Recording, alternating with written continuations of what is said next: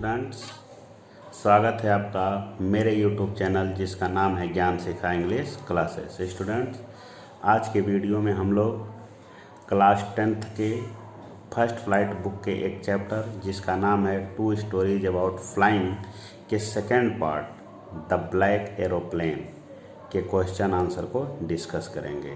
तो बुक आपका है फर्स्ट फ्लाइट, ठीक। लेसन आपका है 2 स्टोरीज अबाउट फ्लाइंग और उसका ये सेकेंड पार्ट है द ब्लैक एरोप्लेन, ठीक। चलिए, अब इसका एक वीडियो मैंने यूट्यूब पे अपलोड कर लिया है। जिन लोगों ने नहीं पढ़ा है वो जा कर के वहाँ से पढ़ सकते हैं। चलिए, तो बिना समय देर किए हम लोग डिस्कस करते हैं question answer. What happened when the author turned the aeroplane 12 degree west towards England, ठीक है। अब क्वेश्चन ये है कि क्या हुआ जब राइटर ने 12 डिग्री पर एरोप्लेन को इंग्लैंड की तरफ टर्न किया, घुमाया, तो क्या हुआ। When the author turn the aeroplane 12 degree, जब राइटर ने 12 डिग्री एरोप्लेन को घुमाया, ठीक है, 12 डिग्री वेस्ट टुवर्ड्स इंग्लैंड, मतलब पश्चिम की तरफ, इंग्लैंड की तरफ जब 12 डिग्री उसने घुमाया तो ही सा डार्क स्टार्म क्लाउड, तो उसने काले काले बादलों के तूफान देखे, ठीक है। They look like black mountains, वो जो क्लाउड थे, वो माने जो बादल थे, वो देखने में माउंटेन की तरह लग रहे थे। They stood in front of him across the sky, और वो जो काले बादल थे पहाड़ की तरह लग रहे थे और राइटर के सामने दिखाई पड़ रहे थे, ठीक है। नेक्स्ट क्वेश्चन को देखते हैं। What did the pilot think of, नहीं, why did the pilot think of going back to Paris, writer Paris वापस जाने के बारे में ऐसा क्यों सोचता है। The pilot was travelling from France to England, जो राइटर है वो फ्रांस से इंग्लैंड की यात्रा कर रहा था। To be with his family, वो चाह रहा था कि वो अपने फैमिली के साथ ब्रेकफास्ट करे, ठीक। When he was 150 kilometres from Paris, जब वो पेरिस से 150 किलोमीटर आगे निकल गया, he encountered huge black storm clouds standing in front of him across the sky, तो जब वो 150 किलोमीटर आगे निकल जाता है तो आकाश में उसके सामने काले बादल, बड़े बड़े माने विशाल आकार के बादल उसको दिखाई पड़ते। कुल मिला के कहने का मतलब है कि घनघोर बादल दिखाई पड़ते, पूरा आकाश काला दिखाई पड़ रहा था। He did not have enough fuel to fly around the cloud, और क्लाउड में उड़ने के लिए उसके प्लेन में पर्याप्त मात्रा में फ्यूल भी, ईंधन भी नहीं था। Therefore he thought of going back to Paris, इसलिए उसने सोचा कि पेरिस से आ रहा था इंग्लैंड की तरफ, तो सोचा कि ईंधन भी नहीं है, मौसम भी खराब है, चलो वापस चले जाते हैं, ठीक है। नेक्स्ट क्वेश्चन देखिए। Describe the narrator's experience as he flew the aeroplane into the star, जब आथर ने एरोप्लेन को उस स्टार में उड़ाया तो उसका एक्सपीरियंस कैसा था, उसके अनुभव को वर्णन करना है, ठीक है। तो as the writer flew his aeroplane into the star, जब राइटर ने, नरेटर है, जब नरेटर ने उस स्टार्म में, ठीक है, उस तूफान में एरोप्लेन को उड़ाया, ही फाउंड एवरीथिंग ब्लैक, तो उसने देखा कि सब कुछ काला काला नज़र आ रहा है। It was impossible to see anything outside the aeroplane, aeroplane के बाहर कुछ भी दिखाई नहीं पड़ रहा था। His old Dakota rolled and jumped in the air, उसका जो पुराना डेकोटा एरोप्लेन था वो एयर में जंप कर रहा था, इधर उधर गुलाटी मार रहा था। The compass and other instruments stopped working, जो कंपास था, दिशा सूचक यंत्र, और जो उसका रेडियो था, ठीक है, तो उसको कह रहा है कि compass and other instrument stopped working, मतलब कंपास और जो दूसरे यंत्र से सबने काम करना बंद कर दिया था। His radio had also stopped working, और उसके रेडियो ने भी काम करना बंद कर दिया था। ही वाज लास्ट, और जो पायलट था वो उसी तूफान में कहीं खो जाता है, ठीक है ना। Explain the statement I was very happy to go behind the strange aeroplane like an obedient child, कह रहा है कि इस स्टेटमेंट को एक्सप्लेन करना है कि राइटर जो पायलट है वो कहना क्या चाह रहा था कि I was very happy to go behind the strange aeroplane, मतलब उस अजनबी एरोप्लेन के पीछे मैं चल रहा था ओबीडियंट चाइल्ड की तरह, और इस तरह से मुझे बहुत अच्छा लग रहा था, मतलब उसके पीछे जाना मुझे बहुत अच्छा लगा।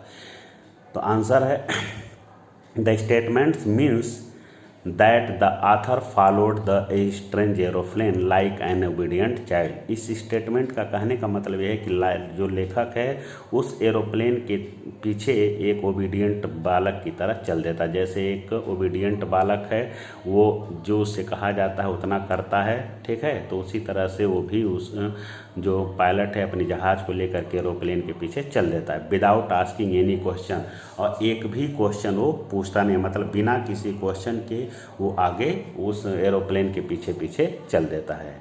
नेक्स्ट है why is the black aeroplane called strange, कि जो ब्लैक एरोप्लेन था इसको स्ट्रेंज क्यों कहा गया है, ठीक है, अजनबी क्यों कहा गया था। देखिए आंसर है the black aeroplane is called strange because of many reason. कह रहा है कि ब्लैक एरोप्लेन को स्ट्रेंज इसलिए कहा जाता है, इसके बहुत सारे रीजन हैं। इट सडनली अपीयर्ड बिफोर, क्योंकि ये अचानक आया। अब कहाँ आया, देखिए, हाँ, before the pilot of Dakota DS-088 aeroplane in the dark mysterious cloud, क्योंकि वो जो एरोप्लेन था इस पायलट के एरोप्लेन का नाम क्या था, डेकोटा DS-088। इसके सामने अचानक वो एरोप्लेन आ जाता है और डार्क मिस्टीरियस क्लाउड मतलब काले बादलों के बीच वो आता है, ठीक। It had no light on its wing, और उसमें वैसा एरोप्लेन था कि उसके पंख में कहीं लाइट नहीं लगी थी। देन इट डिसअपियर्ड, उसके बाद वो गायब भी हो जाता है। And there was no trace of it anywhere, उसके बाद वो फिर कहीं दिखाई नहीं देता, मतलब आता है, ठीक, काले अंधेरे बादलों के बीच प्रकट होता है, उसमें लाइट नहीं थी, फिर वो गायब भी हो जाता है, ठीक। The women at the control centre also said that no other plane was visible, जो कंट्रोल रूम में जो औरत काम कर रहे थे उसने बताया कि कोई भी दूसरा एरोप्लेन नहीं था ऑन द रडार, जो उस रडार पर मतलब पायलट के एरोप्लेन के अलावा दूसरा कोई भी एरोप्लेन दिखाई नहीं पड़ रहा था, इसीलिए उस ब्लैक एरोप्लेन को स्ट्रेंज कहा गया है, ठीक है।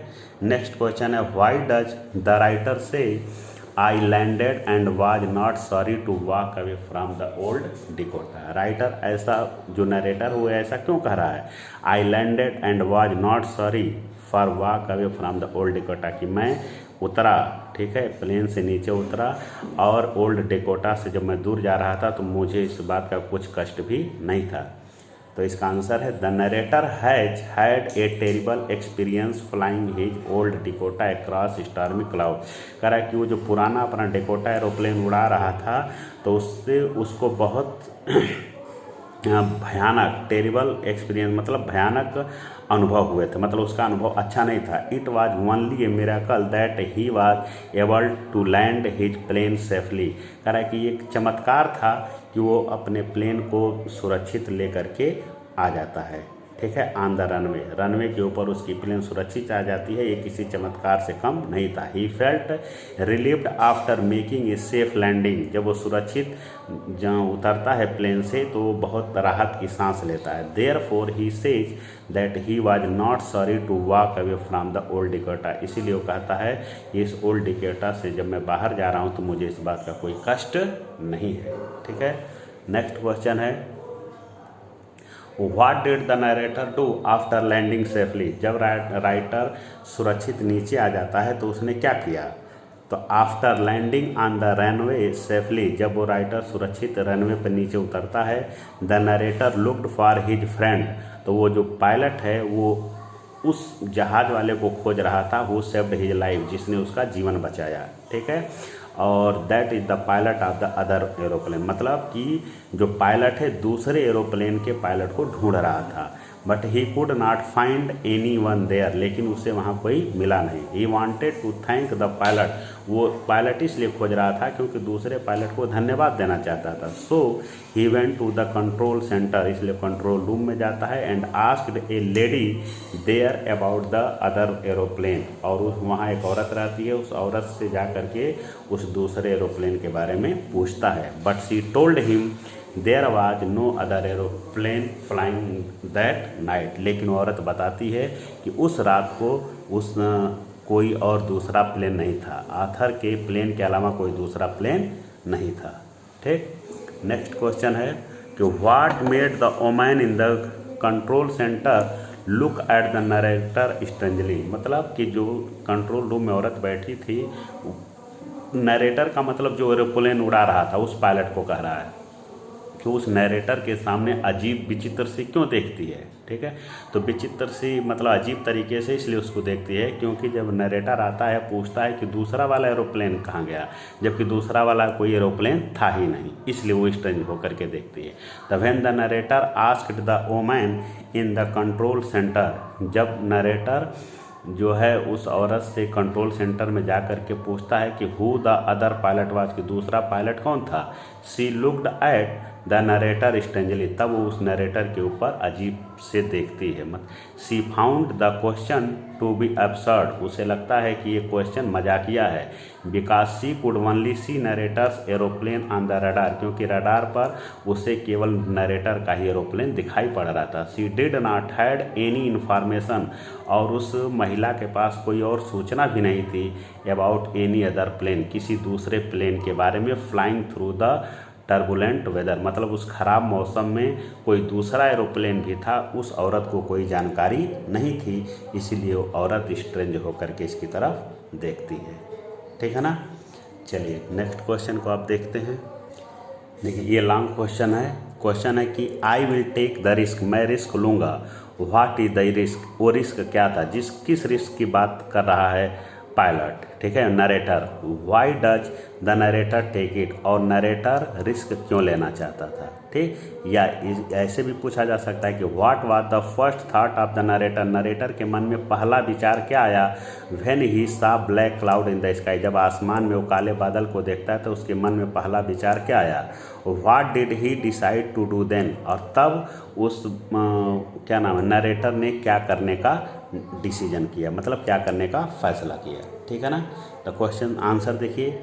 One night the narrator was on his way to England in his old Dakota aeroplane, एक दिन की बात है कि नरेटर अपने ओल्ड डिकोटा एरोप्लेन से इंग्लैंड की तरफ जा रहा था। He was very happy to think, ये सोचकर बहुत खुश था that he would soon meet his family, कि वो जल्द ही अपने फैमिली से मिल जाएगा। He then contact the Paris control, उसके बाद वह कंटेक्टेड है, वो पेरिस कंट्रोल से कांटेक्ट करता है। एंड दे इंस्ट्रक्ट, और पेरिस कंट्रोल रूम से उसको इंस्ट्रक्शन मिलता है, मतलब कि आदेश मिलता है, आदेश निर्देश मिलता है उसे। क्या मिलता है, निर्देश। अब क्या निर्देश मिलता है, टू टर्न 12 डिग्री वेस्ट, की अपने उस जहाज एरोप्लेन को 12 डिग्री पश्चिम दिशा में घुमाए।